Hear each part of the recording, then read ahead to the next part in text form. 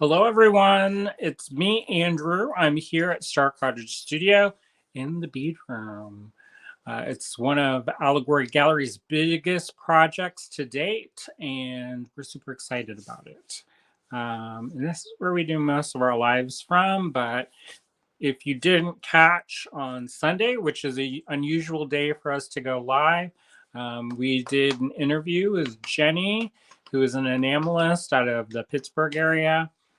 She was here, and we were trying to squeeze in front of the camera over here, but it didn't quite work out. So we did that in another part of the cottage.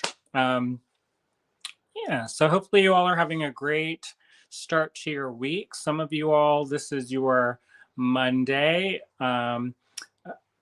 Your Monday. For us, it's kind of, we don't really get a chance to take too many breaks. So we were working a lot yesterday, and we were working on sending out some of the finished mystery boxes and getting those ready to go out the door. They were kind of delayed for a couple different reasons, and I don't want to get too much into Babette because it's kind of a sensitive subject, so I'm not going to go into that today. But yeah, so we were working on that. So while I was working on getting things ready for that, I found some treasures along the way. And so we posted an album in the Allegory Gallery page. That's kind of a sell down from some of the things that I've either pulled for samples from the shop, or we're going to use for a very specific project but never got into it. So there's a lot of stuff that's really cool, some unusual things, and some things that you probably won't be able to find anymore. And those are all posted in the album. So if you haven't checked that out already, head over to the Allegory Gallery Facebook page and you can search one of the most recent albums, and that's our kind of sell down album. So check that out if you haven't already. There's lots of goodies in there, and there's still stuff available to my knowledge. I know about half of the stuff sold out by the time I checked last. So there's still things left. I don't know if you'll like those things or not, but you never know. It could be just what you're looking for. So I see a couple people are watching. Norma's watching, Marianne's watching, Facebook users watching. So yeah. Um, Marianne says not too much left. Well, we'll have to do it again because I have a bunch of stuff. There's a bunch of boxes. There's actually 3 big plastic tote boxes of stuff that I have to go through. I'm gonna try to get it done before Cynthia gets here so that there is more space. Because currently that's kind of hogging up all the flat surfaces in here. And we want to have space for our friends to make things. So yeah, so check that out if you haven't already.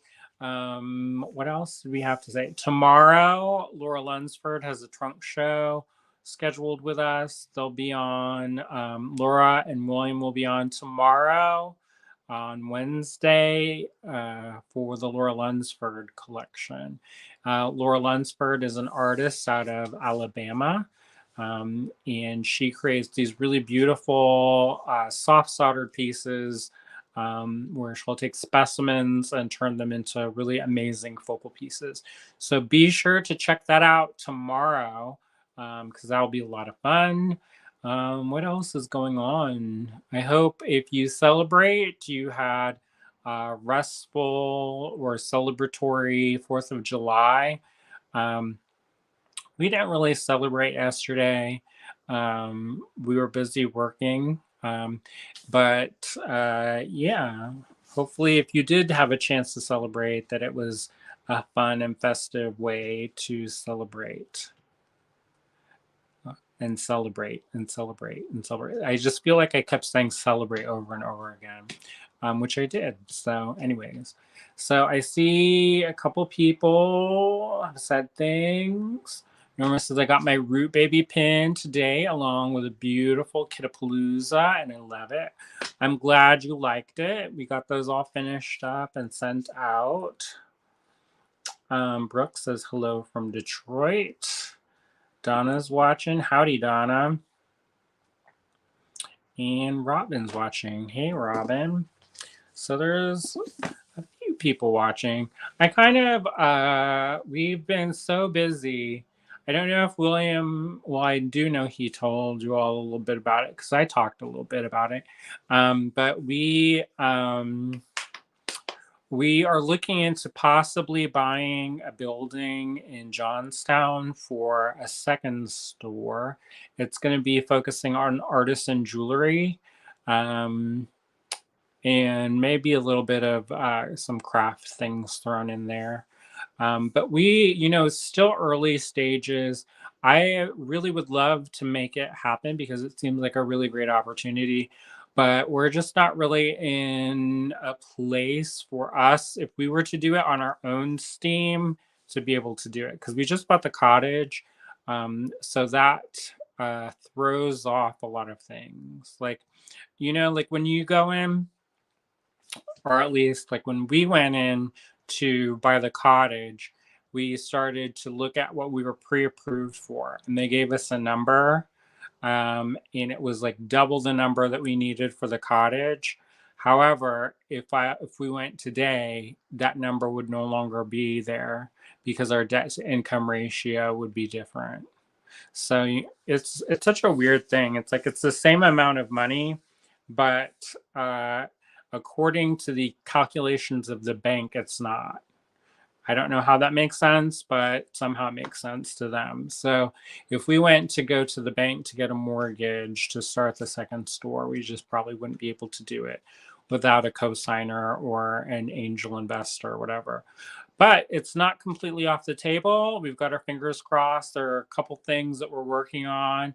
I'm investigating some of the local grants that are in the area to help see if they can offset some of the money. If you're looking to move to Johnstown as your primary residence, now's the time. They're giving away $10,000 to new home buyers in the area, and you can use it towards your closing costs too. Sometimes they make that so that it's only towards your mortgage, but this also includes closing costs. So, it's a pretty good deal if you're looking to buy a house. In the housing market in Johnstown, everything's pretty affordable. I mean, unless you go into some of the more like the fancier areas, and then those are like million plus kind of style. But everywhere else, it's like, not as expensive. So if you are looking to relocate to the Johnstown area, let me know and I can send you some links on some of the research that I've done, because I found some really wonderful uh, little bonuses for people looking to move to the area. But I know that's a big thing, and you may be like, why are we talking about real estate again? I thought we were talking about beads, y'all. Well, it's all kind of connected for us. So let's see who else is watching. Teresa's joining in. And she got her Root Baby pin today and her Green Girl rocket ship. Oh, good. I see deer running in the yard super hard. So that's fun. So like I said, was saying, so that's a big project that we're kind of working on.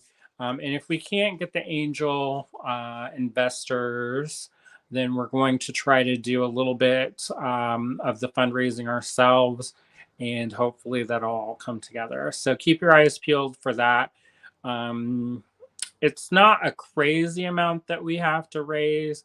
Like at one point, we looked at a building and we were looking at raising something like 60,000, and that was pretty wild. Now the building that we're looking at now is like 50,000, so what we need to raise is significantly less. So just so you all know what to expect. So that's happening.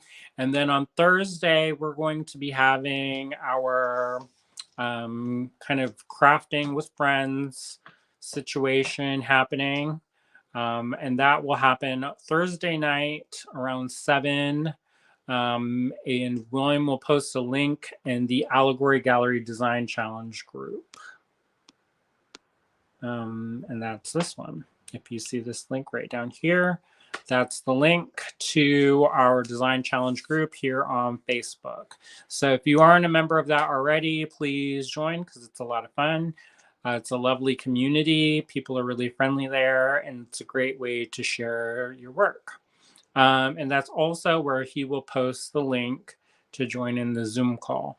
So we'll all hang out on Zoom and make stuff.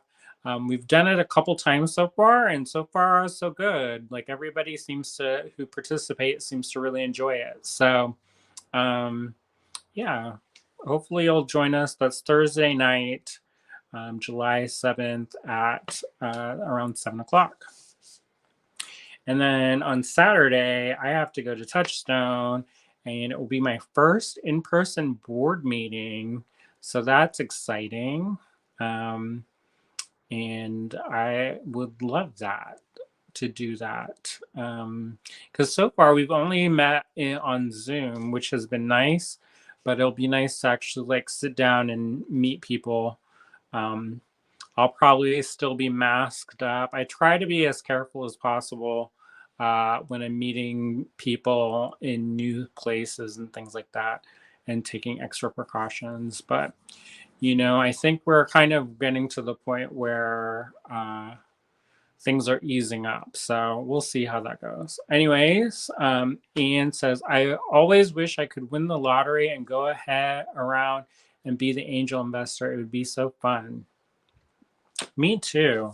I think there's a lot of things like I would love to do, especially in areas like Johnstown, where there's a lot of potential and there are a lot of people who are trying to get things going. But it's just really hard when you don't have that capital or whatever to get your business momentum flowing. So it would be really fun to do that.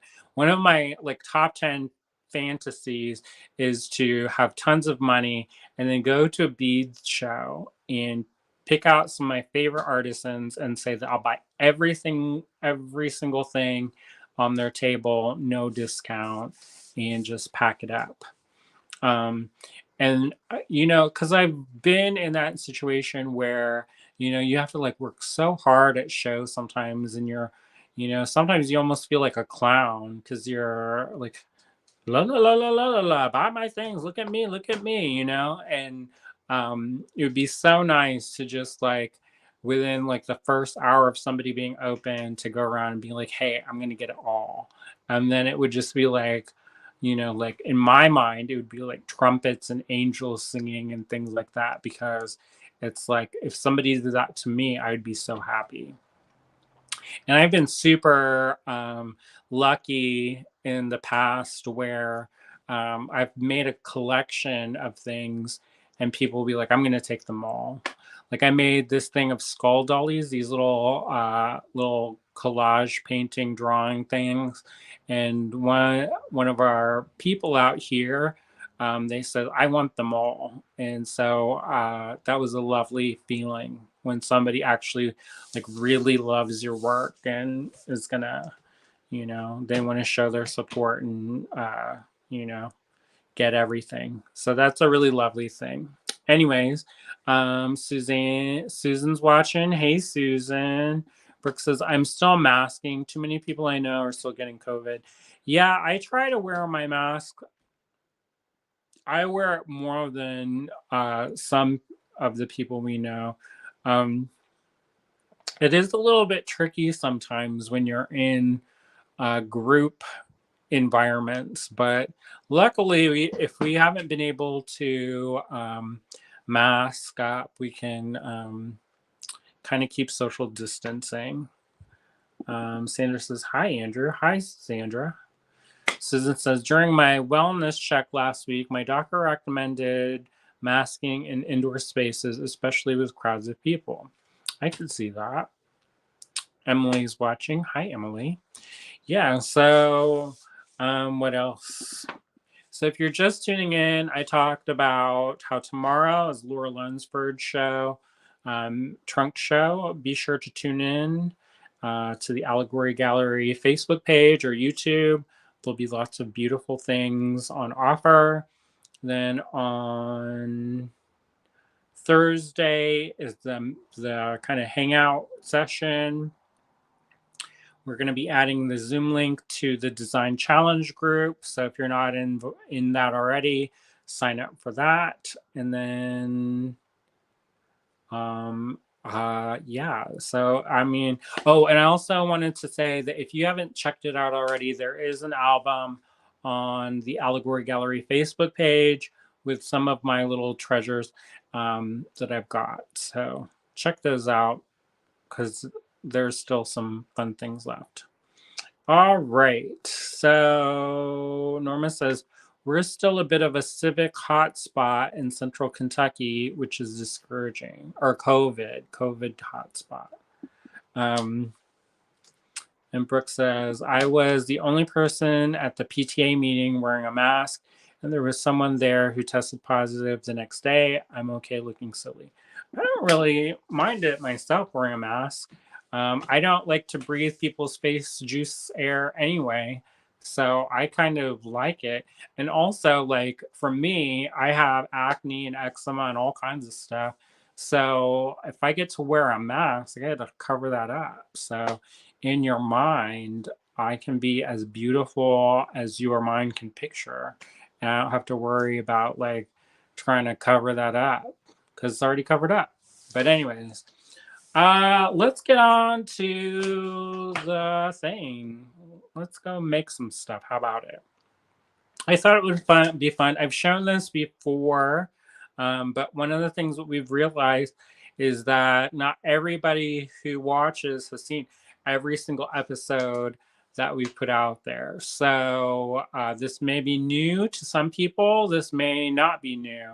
If it's new to you, I hope you enjoy and will make things using spiral stitch. Now, spiral stitch was taught to me by a lovely person named Dottie Westerfeld. And she is a local in the area who was really kind and taught many people the foundations of seed beading. So hats off to Dottie. And yeah, so that's where I learned it. And I learned it particularly because I had to do a repair. We used to do more repairs in the store. Now we don't do hardly any repairs. But when we first opened, I had to do a repair on a purse. And I needed to fix the strap. And the strap was all done with spiral stitch. So I had to learn how to do it so that I could fix the purse. I ended up paying myself like 15 cents an hour because even though it started picking up by the end of the strap, it still took a really long time. And I couldn't, and I knew that they were on a budget, and it was, so anyways, I didn't make any money out doing this. But hopefully you all will be able to take this. This is a wonderful foundation stitch, and you can do stuff to this in addition to just doing straight up spiral stitch. So, and what I mean by that, because like sometimes that sounds like a little bit weird, but like for example, you can do spiral stitch and then go back on top of it and then do like peyote stitch on top of spiral stitch. So there's a book called Beaded Ropes, and that's by Jill Wiseman. And she has a project where she does peyote stitch on top of spiral stitch, which is pretty cool because then it kind of, if you use the right kind of beads, it almost looks like your creation is like sprinkled with like dewdrops. So it's pretty cool. Anyways, let's see. I see a couple more folks have tuned in. Sandra says, I'm traveling, definitely wearing my mask. My sister just got over COVID, not out of Florida yet. Long drive. Well, hang in there. Facebook user says, you are beautiful, Andrew Thornton. Well, thank you. Penny Van says hi. Hi, Penny Van.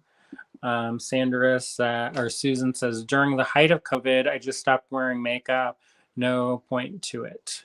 Yeah, I heard that a lot from my friends that they just stopped wearing makeup.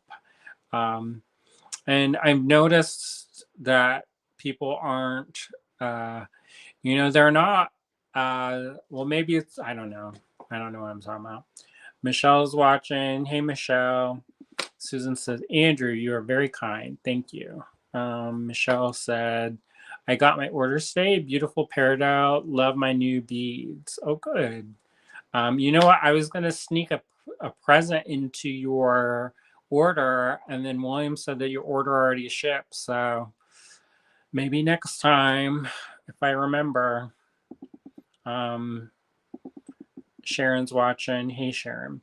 So, some of you who have been beading for a long time, you may not need this, but we'll just hang out, make stuff, and talk about life, I guess. I don't know. Once you get past the first setup of this stitch, it's like most bead weaving, it's very repetitive and it's it's it's not the most entertaining thing in all of creation. Maybe a little bit more exciting than say watching paint dry, but it's not like there's not a whole lot of razzle dazzle happening. So if you're tuning in and expecting there to be like a show, there isn't going to be a show. So there you have it. I mean, I'm really selling it, aren't I? I'm really like, yeah, if you don't want to watch this, don't watch it. No, but it is a useful stitch. And then the three people just left, so that's cool. Um, they're like, okay, I'm going to take your advice. I'm going to stop watching, which is fine too. But anyway, so it is a foundation stitch. It is one of those ones that I encourage everybody to learn if you don't know it already. It is a wonderful, wonderful thing that to teach with kids too, if they're a little bit older, and it's a good project.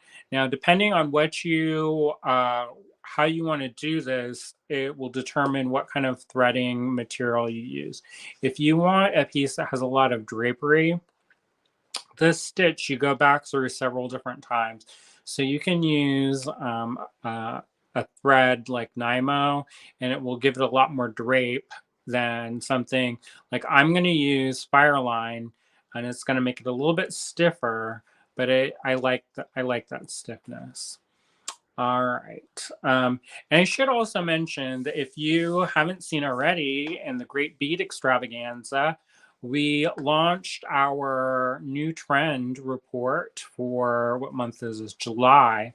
And July is kicking off the Summer of Love, which we've really felt that there is a need for kindness and restoration and healing and using beads as a way to do that. So all for the next 3 months, all of the kind of trends kind of feed back into that. And I'm not going to talk about the ones that are coming up because then I don't want to ruin it for you all. You have to watch them. You have to play along too, right? But for July, the particular thing is seed beading and meditative projects like malas and rosaries and different things like that, because it's all about kind of getting into that Zen mindset and in that kind of realm where you use beading as a therapeutic tool. So seed beading is kind of our cornerstone for July. So you'll hopefully see projects that were made using seed beads, and this is going to be one of them. So if you want to get your seed beading out, now's your chance. All right, I see a couple people have commented. Um,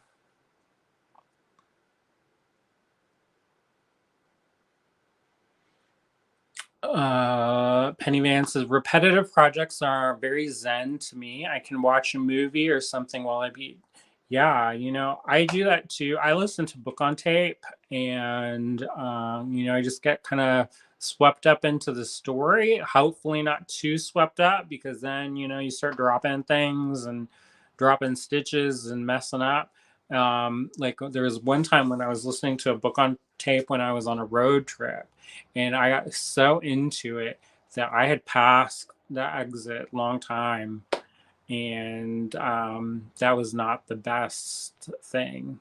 And this is before like GPS, so there wasn't like a super annoying voice telling me to recalculate every 2 seconds. Um, so I got pretty far down the road and realized that I was not going to be able to get home when I thought I was. Sharon says, I love this stitch. Marianne says, no burlesque. No, no burlesque today, at least not from me. But if y'all want to do that in the privacy of your own home, you are welcome to it. Nobody's going to judge you. Actually, I'm going to encourage you, because sometimes it's good just to dance it out. Kristen, she loves to dance it out. I was flipping through, scrolling through the Instagram, and I saw her breaking it down, and I was like, I feel you. Sometimes you gotta, when the world seems like it's about to squash you down, you gotta rise up and, I don't know, shake a leg or something. Penny says, Andrew, I thought we were having a Gone with the Wind moment there with a lot more drapery. Oh, maybe. I guess you could maybe take some curtains apart, but I don't know how that would work.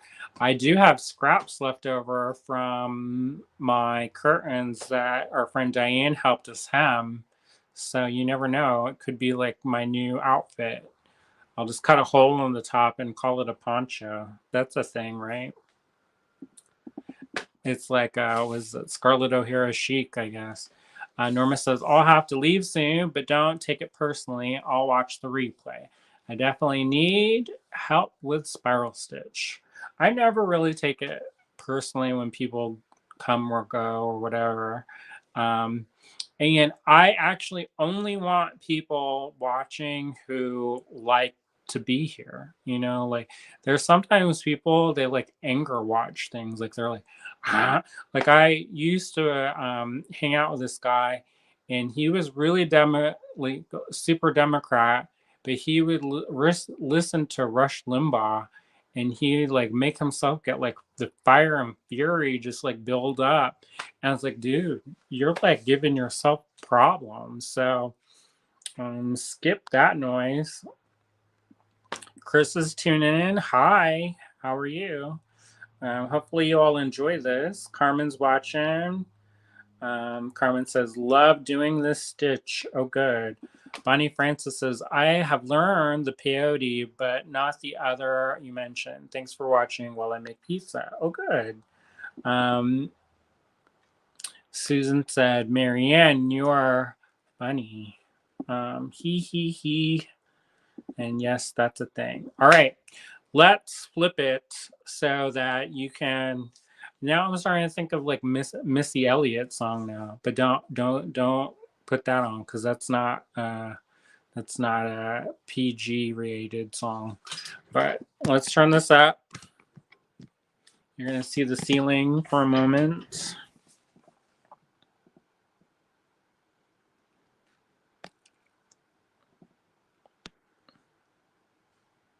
And apparently the top of my head. All right, let's get a little bit closer.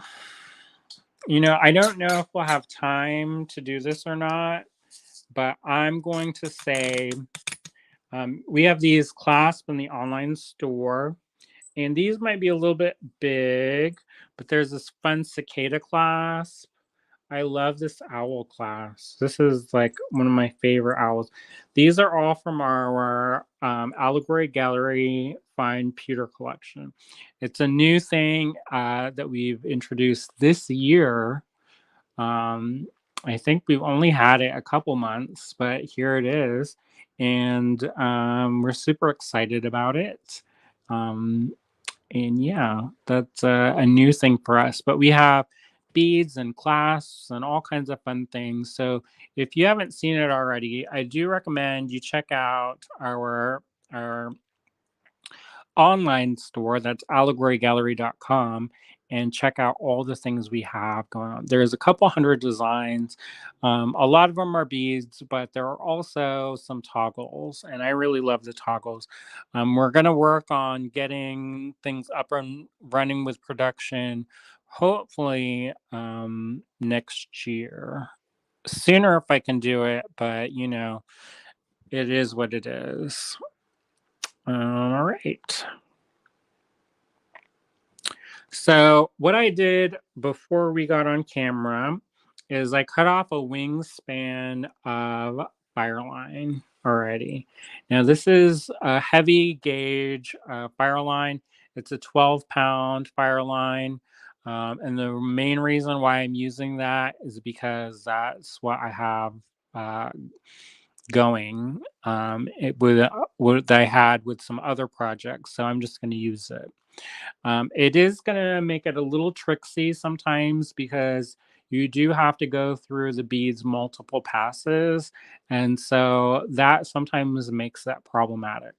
Now, if you're having a lot of issues with your bead work, not really, if you're having issues with your thread not going into the beads very well, you can always take a little bit of beeswax or thread heaven and condition your thread by running your finger back and forth over it like so.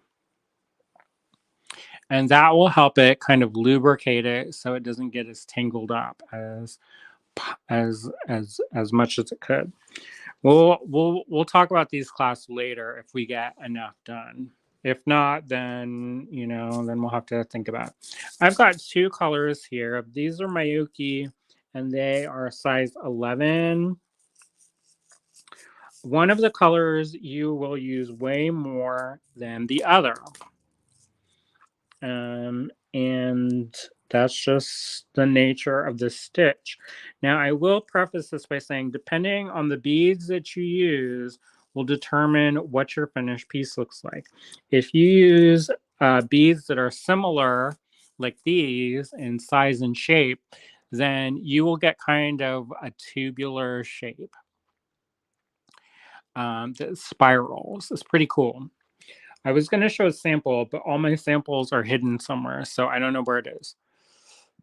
Now, if you use drops in your outer beads, it will kind of create a raised ridge that spirals around, and it's pretty cool. You can also swap out other beads.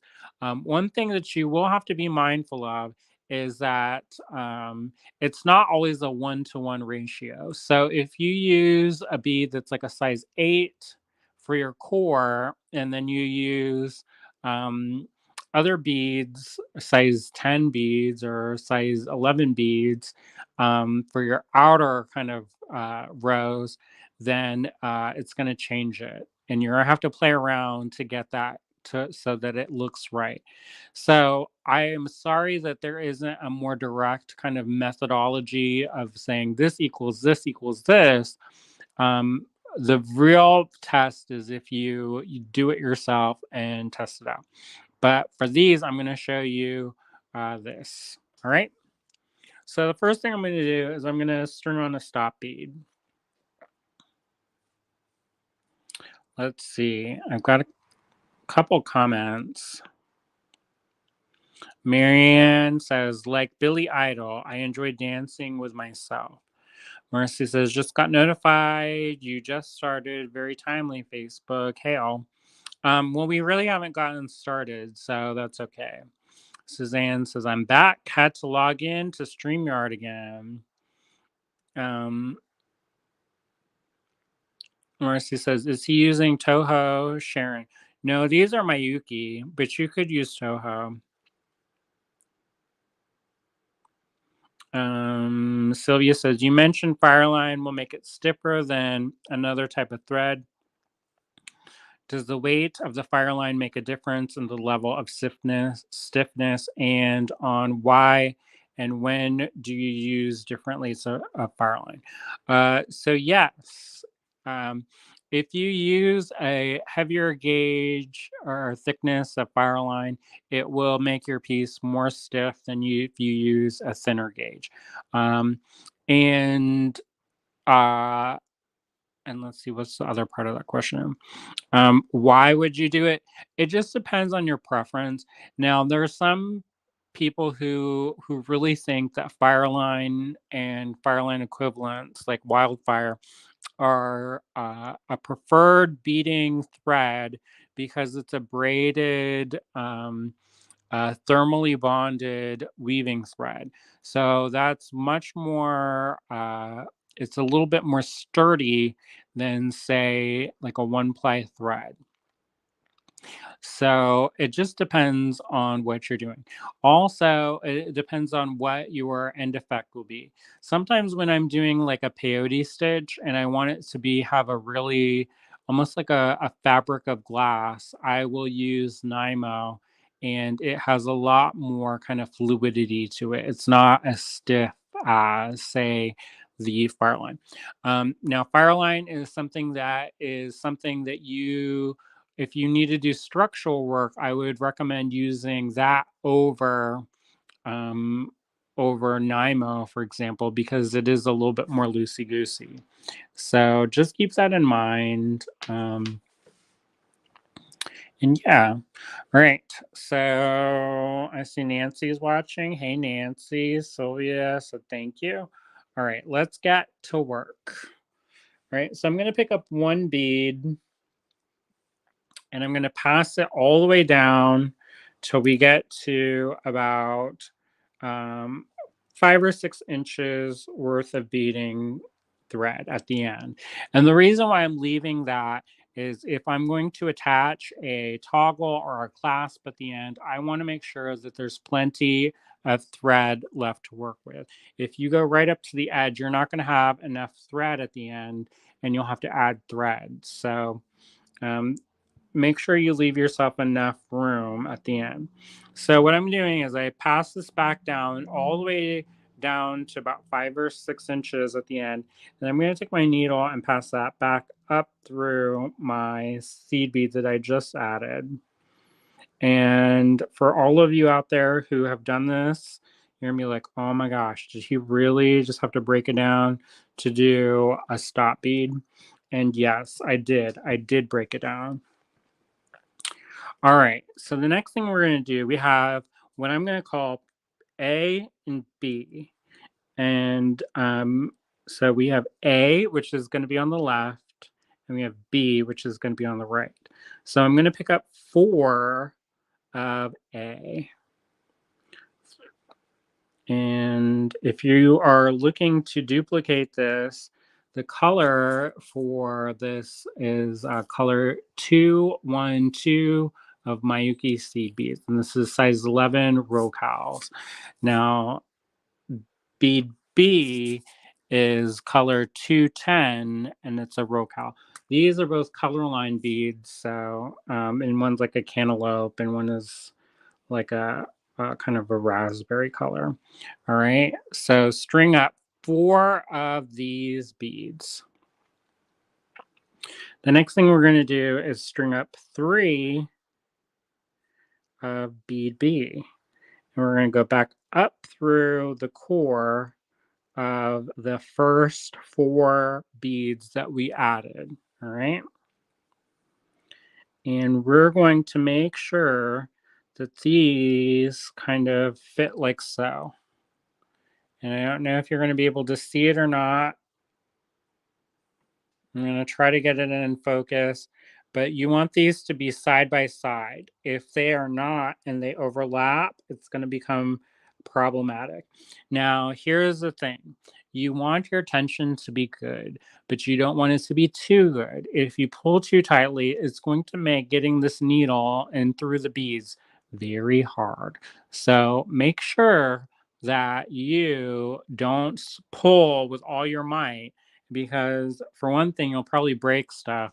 Number two, it makes it really hard to get your needle in between the beads, and you need it to go in between the beads. Now, I will also mention that the more stitches you add, the firmer this gets. So keep that in mind. Because at first it feels really weird and loosey goosey, and you're like, what in the world is he talking about? All right. The next stitch or the next step is string one of bead A and three of bead B. So there's 4 beads on your needle. There's 1 A and 3 B. So here's where it gets a little bit tricky. You're going to pass your A bead down, and that's going to nestle right on top of the beads you just strung. And then you're going to count down from the top. You're going to count 1, 2, 3, 4. And then you're going to take your needle and go up through those 4. You're going to skip that last bead. And you're like, why are we skipping him? He's a friendly bead. He didn't do anything wrong. This is how you build your spiral. All right. So, and then you're going to make sure that your loop does not catch on the previous row of B beads. So you're going to string 1 of these A beads and 3 of these B beads. 1, 2, 3. You're going to pass this down to the bottom, and we're going to count down from the top of the A beads. 1, 2, 3, 4, and then you're going to go up through those top 4 beads. And this is where using the thicker fire line is kind of a pain in the butt, because it does get kind of crowded in the hole. So it is not like, it's kind of a little bit of a pain in the butt, but it is what it is. All right, so string up 1 A bead and 3 B beads. And then we're going to pass this down to the bottom of where we're working. And we're going to count our A beads from the top. 1, 2, 3, 4, and then go up through those 4. All right. And we're just going to keep doing this over and over and over. And you're going to be dreaming about this tonight. You're going to be like, 1 A bead, 3 B beads, 1 A bead, 3 B beads. And what you're going to find is that this thread is very thick and it's clogging the holes. And you may need to get some pliers to help gently persuade your needle to come through.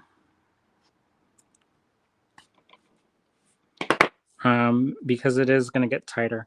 Actually, if you do this, save yourself some trouble and use a lighter poundage for your fire line, because I can feel it getting stiffer and stiffer, and it is getting a little tight. So just keep that in mind.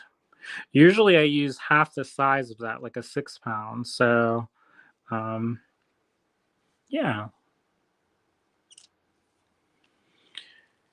Now, let's see. I see a couple people.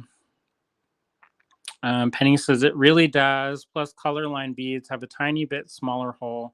That lining takes up a bit of room. Correct. Nancy says for beginners, the stitch is so versatile. Please try it. You can achieve so many different looks. I would also agree with that. All right, so we strung up our 1A and 3 Bs, and then we're going to count down from the top. 1, 2, 3, 4, and then we're going to keep doing this over and over. In theory, I used to have a box of samples, and I had some of the boxes or some of the samples were already halfway finished. And then you could just like pick it up and go and show how to do stuff. And I'm missing that right now because this is, uh, it takes a while until you get kind of in the groove of it, in the zone. Now, what I will say also, one of the other things that I see so frequently with a stitch is um, sometimes people will put their beadwork off to a weird, like they'll make their beadwork go off to they'll put the beads here and then go here, and then it will get a staggered look.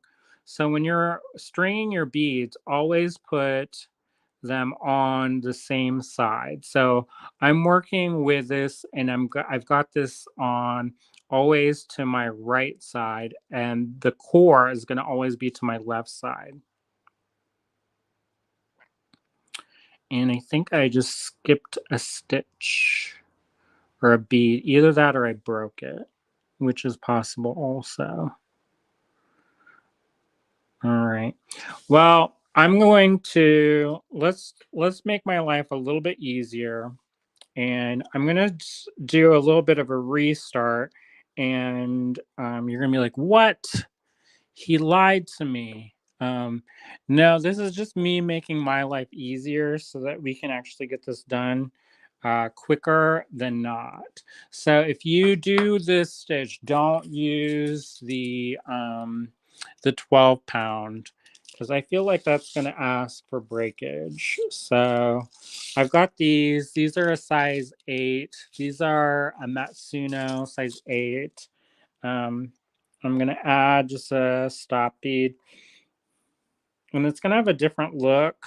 And I don't know how well this is going to go, but we're going to just wing it because um, I think if I kept trying to force it, we would have beads break. All right, so 1, 2, 3, 4. Let's do 3. So I just strung up 3 of these size 8 beads. I'm going to string up 4 of these um, size 11 beads. And I'm going to do just what I did before. And so I've got 3 of these 8s and 4 of these 11s. So I'm going to pick up 1 of these and 4 of these. And this should make it a little bit easier to see this. So I picked up 2, 3, and 4. And I kind of had to rejig my demo because what was happening was the bees were getting too close, or the holes were getting too full, and I could already tell that it would snap the beads if I kept on going. And this is a nice way of saying that you just kind of have to play around and you can see different effects. So if you wanted to use bigger beads, especially for your core beads that are going to get passed through several times, then you should try this out. And you just play around with different beads, and you can do different finishes, and you'll get different results every time. And that's kind of a nice thing.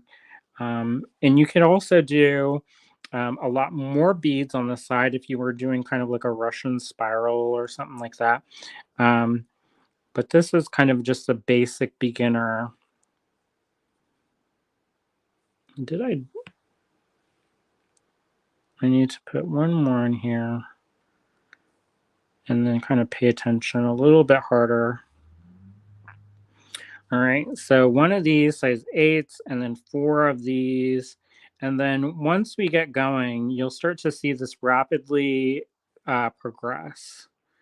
And I mean by rapidly, I'm talking seed bead term rapid, which is not that fast, but it's also there are other stitches that take way longer.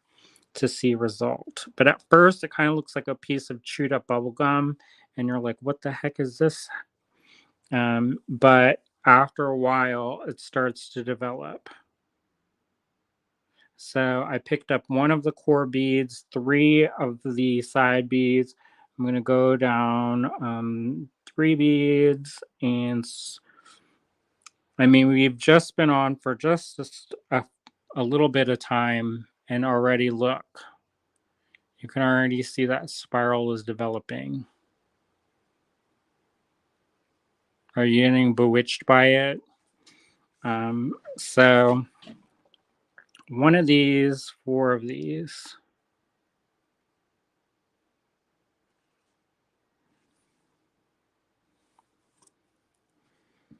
And then we're going to count down 1, 2, 3. And then go up the beads. All right, so you would just repeat this over and over. When you get close, about 5 or 6 inches of thread left, that's where you're going to want to add some thread on. And I can, once I get a little bit further, I'll show you how to add thread if you need it.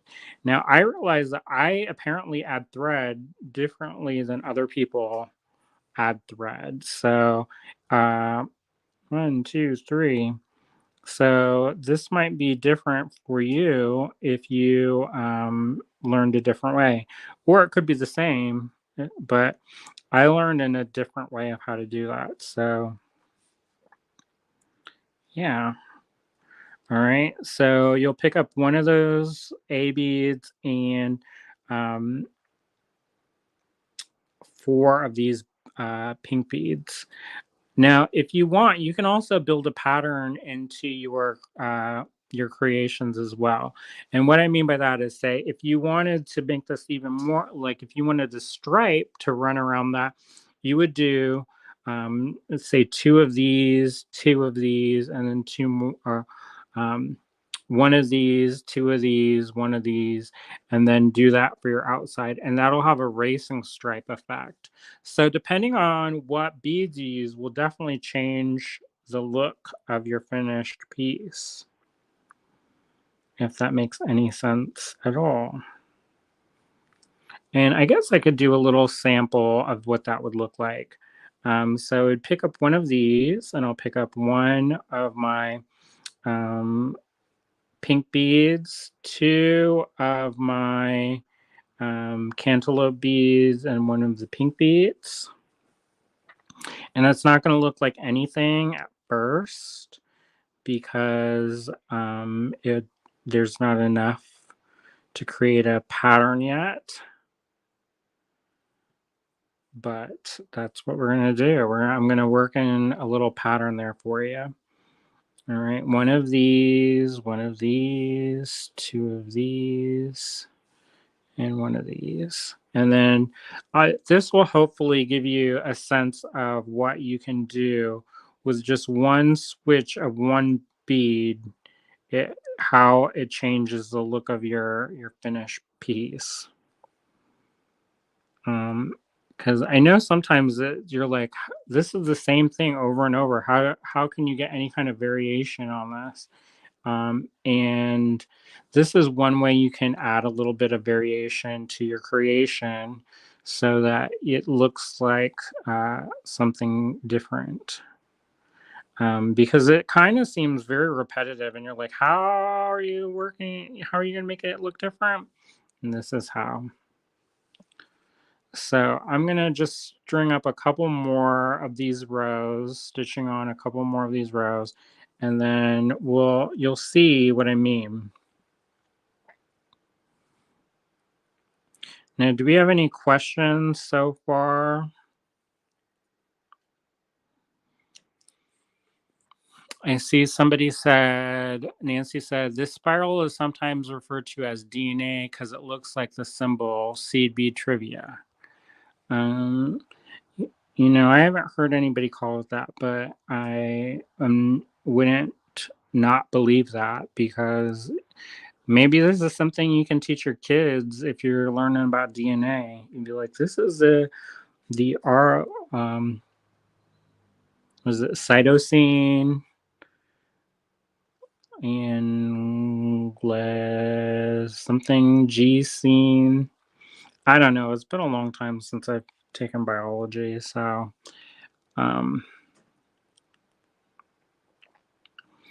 so let me finish a couple more rows, and then I'll twirl it for you on camera, and then you can see how that looks. That one single difference in beads, how that makes that look different.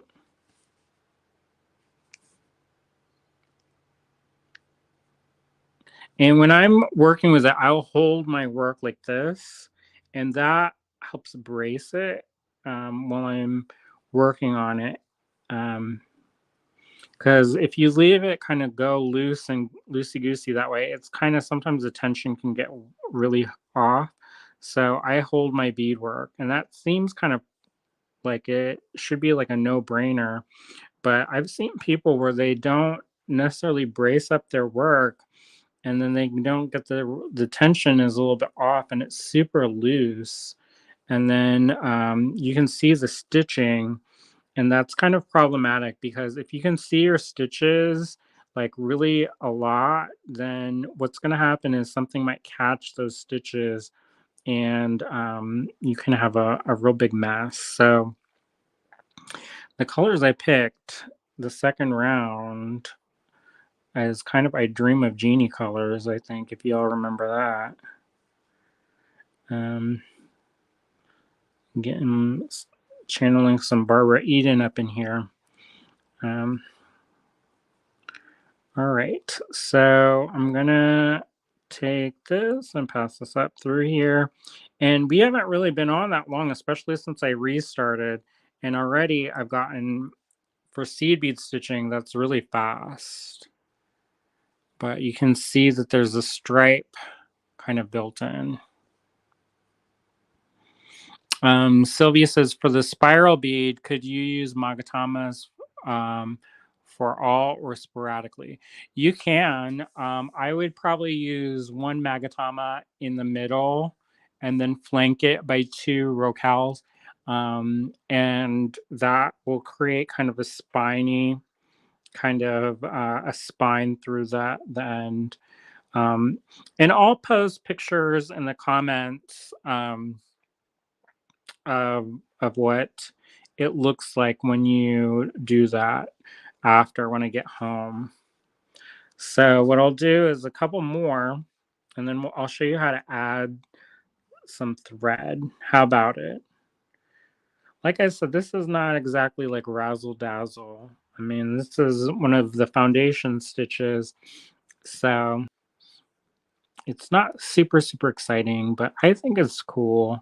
I used to make these like when the shop was slow. I would make these and sell them in the store.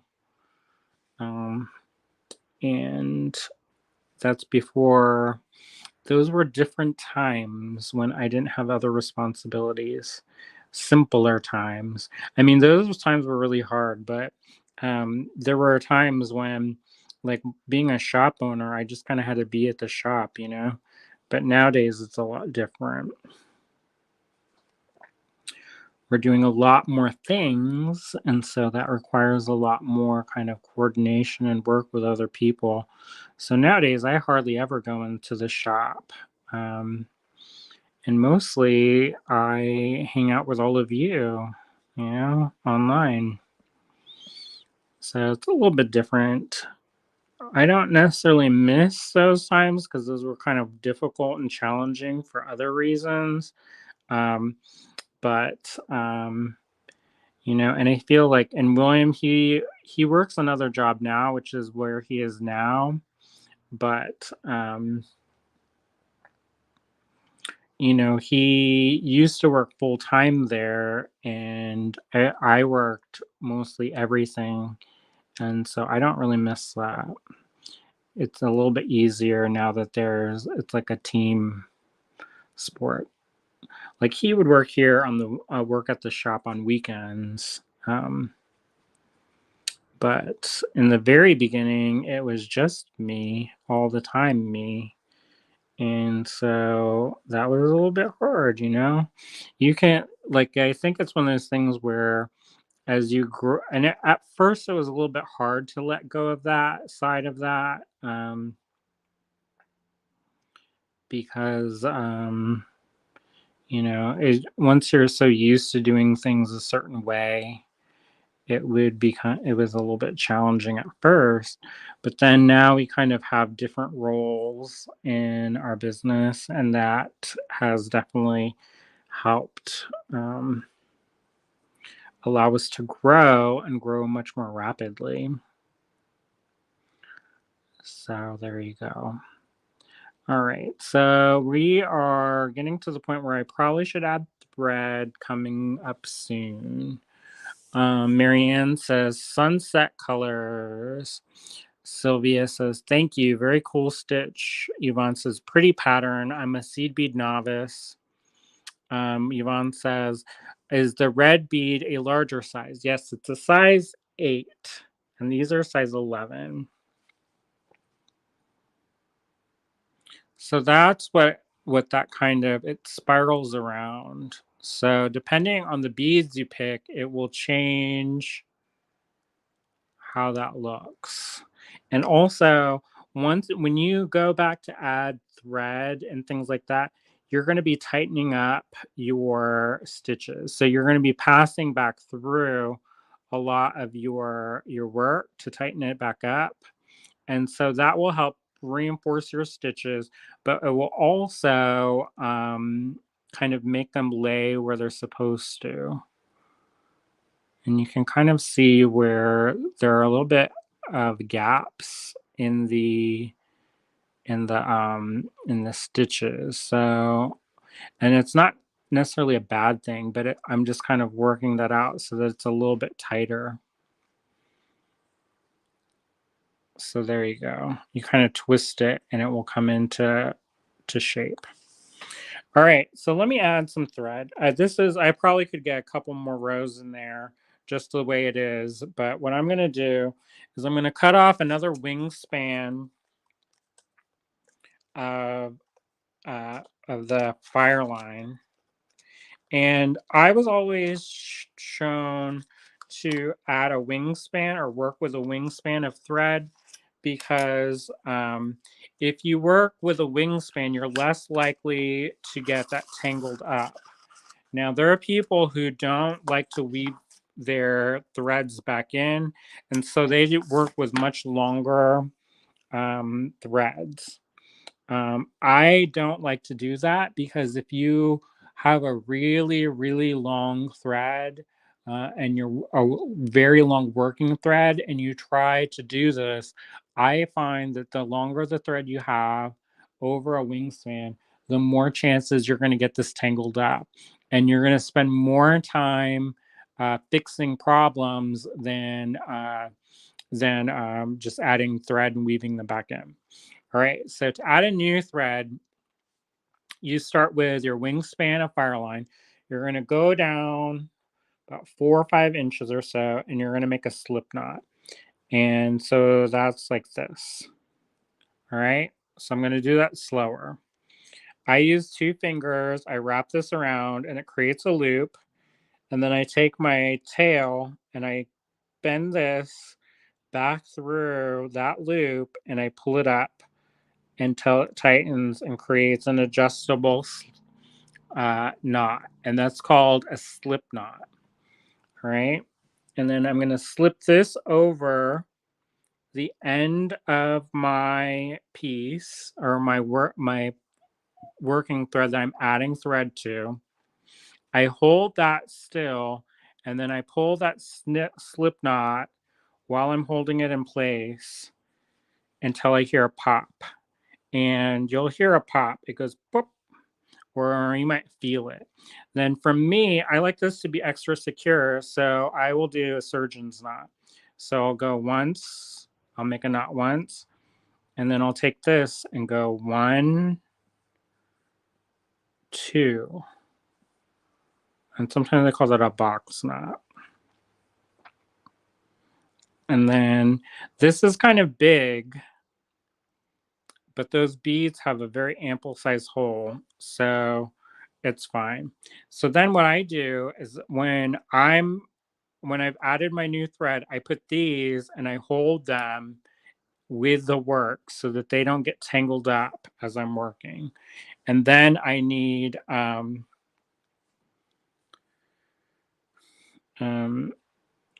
to string this up. And I'll put sometimes if your thread is really thick and it won't go into your needle, I'll take my pliers and flatten that down a little bit. And that will help make it a little bit thinner, and you'll be able to thread your needle a little bit easier than otherwise.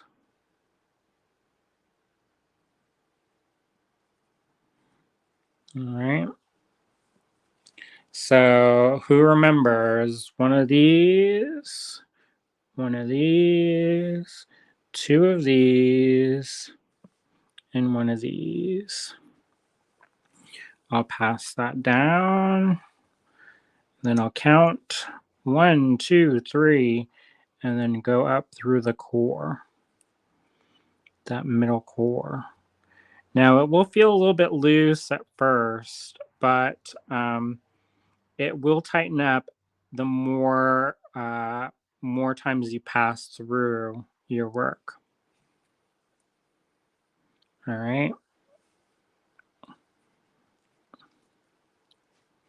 So we're going to pick up one of these. We're going to pick up one of these, two of these, and one more of these. All right. And then we're going to count down 1, 2, 3, and pass this up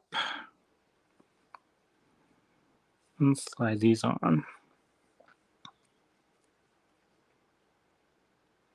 All right. So basically, that's all you have to do. Keep going. Now, what I'm going to show you now is once you you go a little bit further, actually, let me just do it and then it won't fall apart.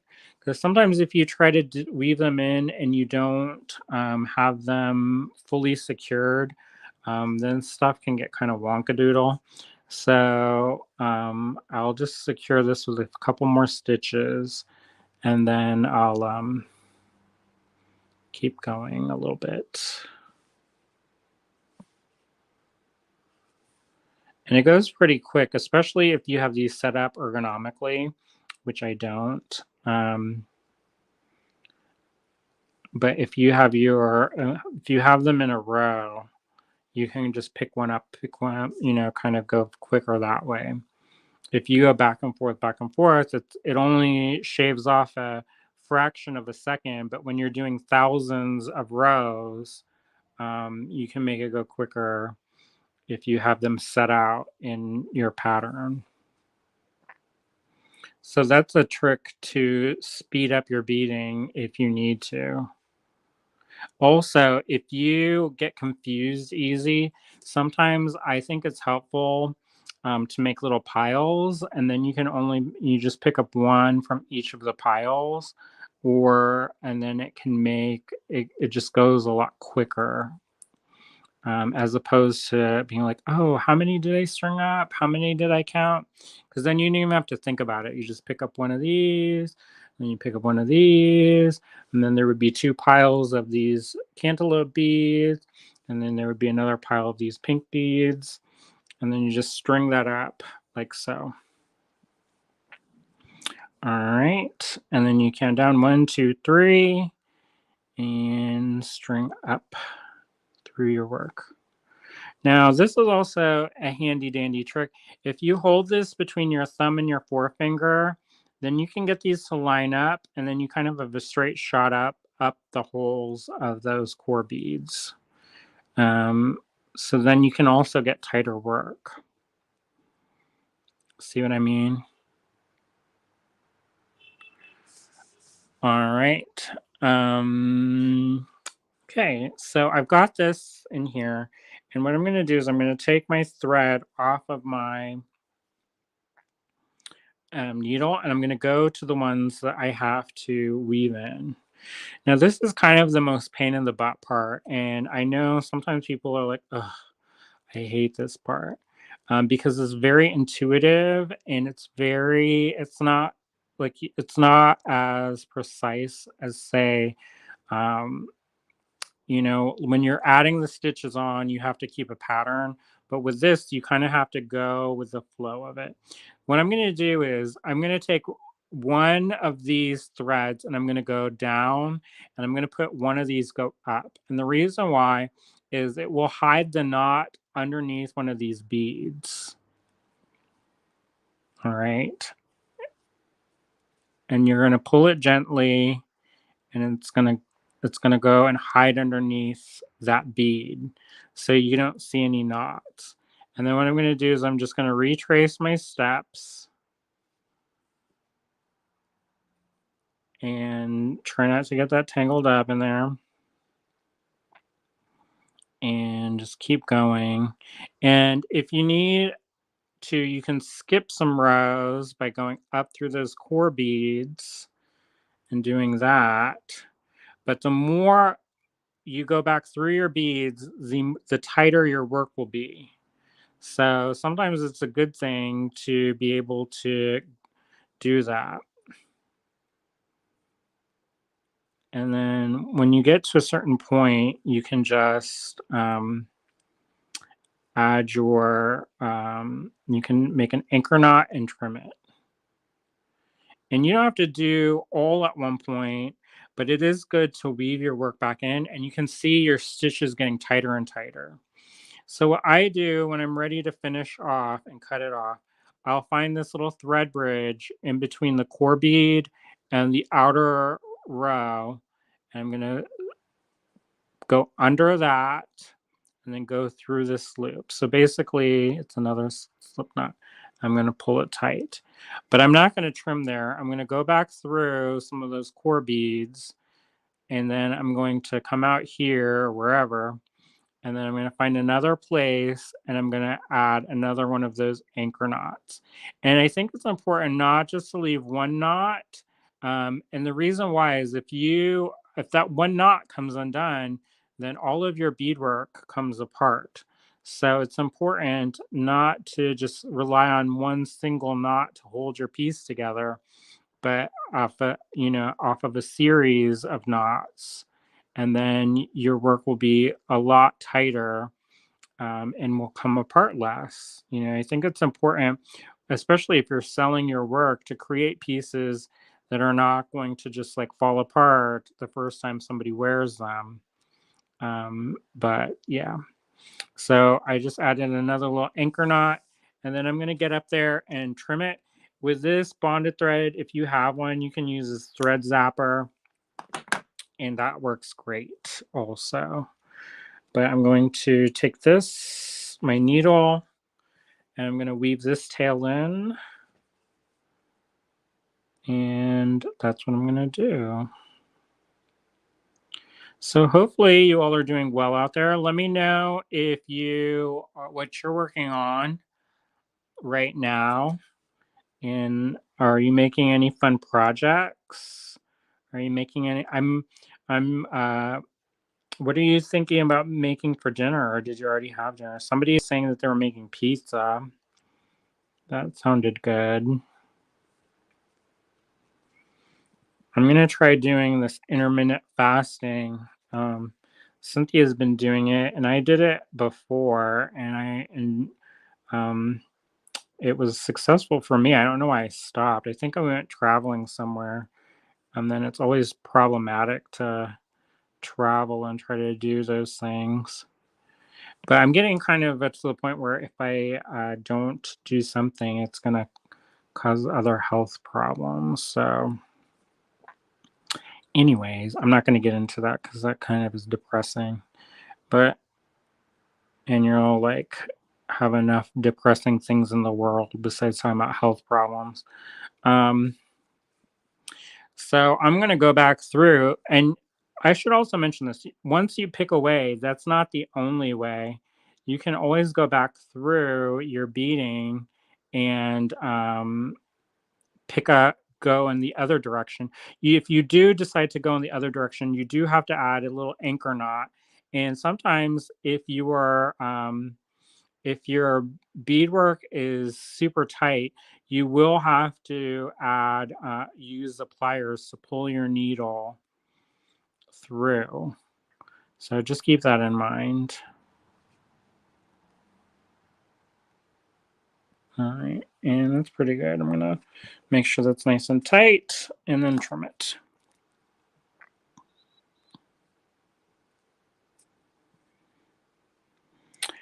Yvonne says, will your design look awkward if you use the same size? No, I actually started off doing them the same size. Um, However, you do have to play around to get your beads to be the right length up. So if you do that, you're going to use like 4 to 4 or 4 to 3. But with this, I'm doing this to start, I did 3 to 4. Um, but you do have to play around and get that ratio just right. So make little samples and see how it looks, and that's the best way to determine what beads you can use for what look, if that makes sense. um, Now I showed you what it looked like using these ones, but the weight of the thread that I'm using is 12 pounds, and that's a very thick thread. And so I got about this far into making the piece with the same beads, same size beads. And the problem was the holes in the inner core were getting so full that it was snapping the beads. So um, don't do that. Use a little bit lighter of a gauge thread, or use a slightly larger inner core, or use ones that don't have the lining, because sometimes the lining kind of fills the hole a little bit more. um, but you can use that if you have ones like these ones would be great for a core bead, because they've got nice big ample holes and you can go through and pass through that several times. um, but with these, they're size 11, and it was a little bit tight. So don't do what I did. Julie says, damn it, I'm super late. Hello. You're right on time, Julie. Um, you can always catch the replay if you missed anything. Bunny says, I have fresh basil, or Marion says, rice. Bunny says, I have fresh basil in my patio garden, adding banana peppers and black olives and onion. That sounds nice. All right, so what I'll do is I'll show you how to add a clasp. All right. So remember when we first started, we left a tail. That is going to be important now because we're going to be adding our class. I think I'm going to pick. Also, I was thinking about maybe adding this in the middle. What do you think about that? I think that could be pretty. So I guess you would just put this on, string this on like so, and then you would just kind of start your stitch pattern over. The only thing you would want to make sure is that you went through this bead several times, because if you only go through one pass, it may hold up while you're making it, but eventually that's really literally hanging by a thread. That's one thread that's going through there. So you would want to make sure that you went through many times when you're weaving your work back in, and making sure you anchor on both sides of whatever you add, uh, and like this. And then that way there'll be many threads in here, and then it will be really secure and it won't come apart. All right. So I might add that. I think that's pretty, but I'll do that later. I'm going to show you how to add a clasp in case you just want to make just a simple bracelet. Now with these ones, with bracelets, it's always a little bit tricky to get the sizing. And one of the things you can do for sizing is you can take a piece of yarn or leather or some kind of cording material and test it around your wrist. Now keep in mind that you'll want to pick something that are take into account that your beads will take up space.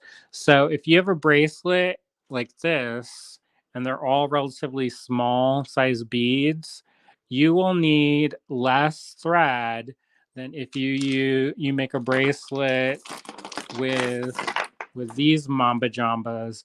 You'll need more beading material if you use these, as opposed to if you use like small uniform like this. So measure your wrist,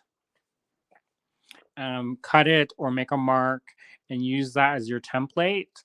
But keep in mind, like I said, depending on the beads that you used or the kind of volume of your bracelet, you may need more or less. Like there was one design where I had to go back through several times, and the finished rope ended up being quite thick. So I ended up having to make a longer using a longer core to go around my wrist so that it would go all the way around. All right. Does that make sense? Like if you have bigger beads or more volume, you have to extend the length because they take up more room, basically. All right. Yvonne says, thanks for the guidance. It's my pleasure. All right. So where did I put that piece? Oh, it got caught up. All right. So what I'm going to do is I'm going to thread my needle. And you also, another thing, you have to take into account your clasp too. So if you have a clasp that's a big clasp like this, or like this is over an inch long.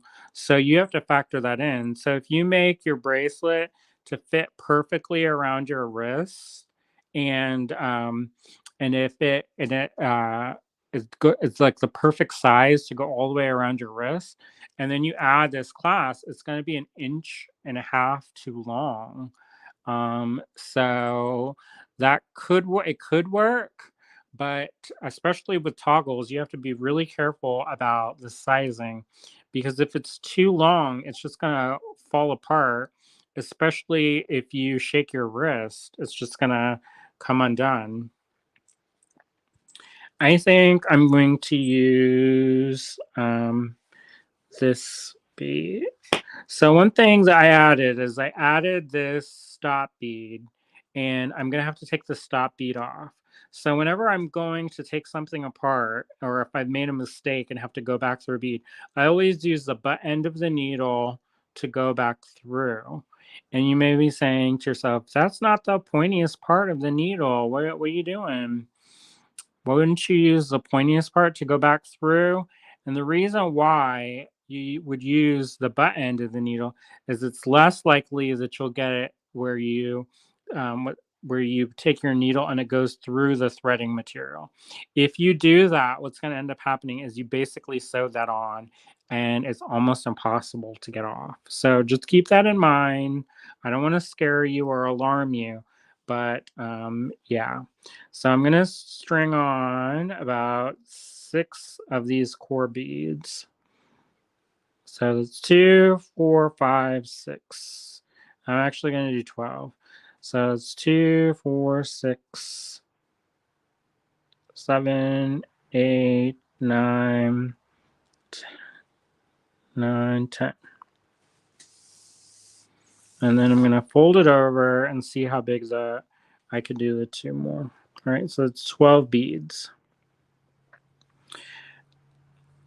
All right, and then I'm going to take half of my clasp and I'm going to put it through.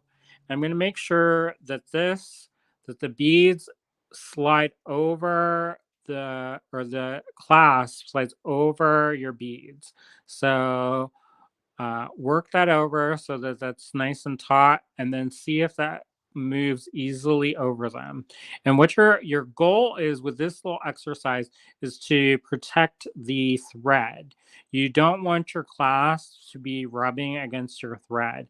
If you have no other choice but to stitch directly onto your clasp, then what you would do is you would do multiple passes over that. So 3 times over it, so that you have a nice firm adhesion to it. And then you just go back through here, through your core of your piece, so that there's like a little loop. Make sure that your toggle's out of the way, and then find a place. I'm going to go through one more of these core beads, actually. And then I'm going to put an anchor knot on there.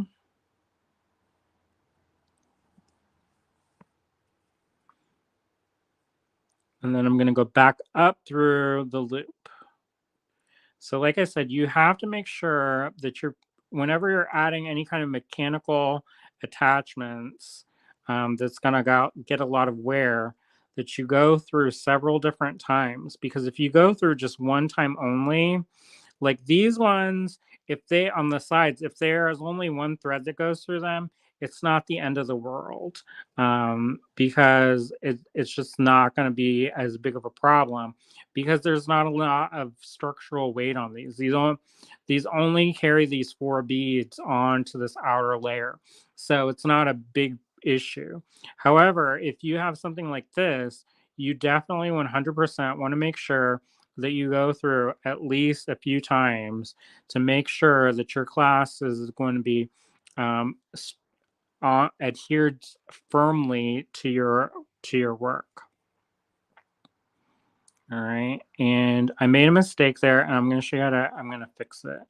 And what I mean by the mistake is that I let the weight of my toggle pull that down and work some of that thread out. So all I did is just pull that taut, and then I'll pass that back up through my core, and that will tighten it up. Okay. And we just have to make sure that we don't get that caught on anything like I just did. And yeah, so I got that caught on that. Don't do that. And then pull that taut. All right. So go through several times, and then once you add enough of these little anchors stitches, then you can cut your thread. All right. Just make sure you don't cut the other threads. I know that's probably a no-brainer, but it happens sometimes. And it's very frustrating, especially when you get almost close to the end. Now, if you run out of room and it's hard to get your needle in, you can use the back end of your needle as the front end. It does get kind of tricky because it doesn't want to work that way, but you can kind of fake it that way. All right.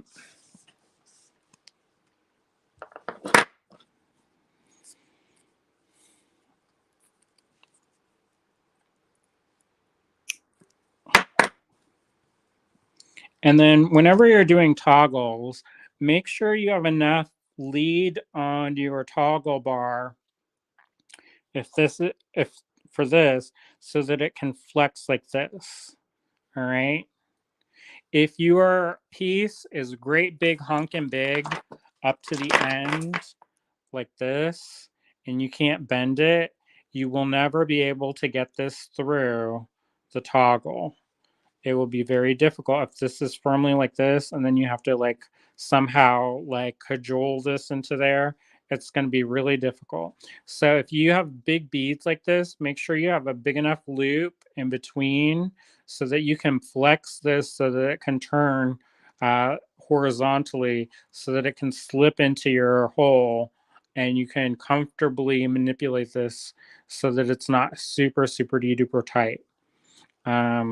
Because if you have this really close to this and you try to force it, what you're doing is you're creating a weak spot, and it will snap, just so you know. All right, and then before you get done, what you're going to want to do is, again, just go through and kind of lay all your work in and twist it so that it gets so that your pattern lays nicely. You may have to adjust your tension. So this is what it looks like when you have that stripe going down the center. This is what it looks like when you don't have that, when it's just one color.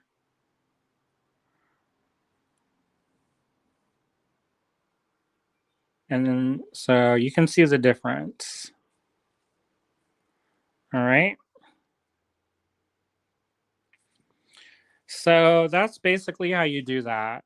Um, like I said, you kind of have to play around with it if you use different beads. I'll add pictures later tonight with samples using different beads so you can see the different effects you can get. So hopefully you all enjoyed that. Um, it's a lovely stitch. It's a nice uh, um, foundation stitch. Um, my niece, when she was probably 8 or 9, um, she did this. We sat down and made these together, these bracelets, and she did a great job. So in today's little tutorial today, we went over how to do spiral stitch. And we talked about some seed beading basics. And you can see the difference when I hold it up, where they've got that kind of pattern with the kind of cantaloupe colored ones as opposed to the solid. And just the simple little things like that can change the look of the bracelet completely. So just keep that in mind. The original one I did was like a purse handle, and it was a lot like this, but a little bit tighter in weave. Um, and so it was like this really long, slinky purse handle. Carmen says, enjoyed it very much. Thank you. Marianne said, thanks. I really need to buy some needles.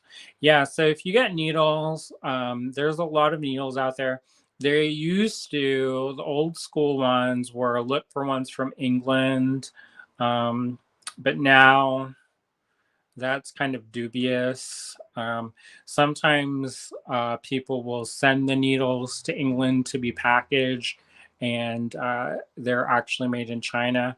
Which I'm not saying knocking anything about China, but sometimes there's different qualities of the steel that they're using for the needles, for example.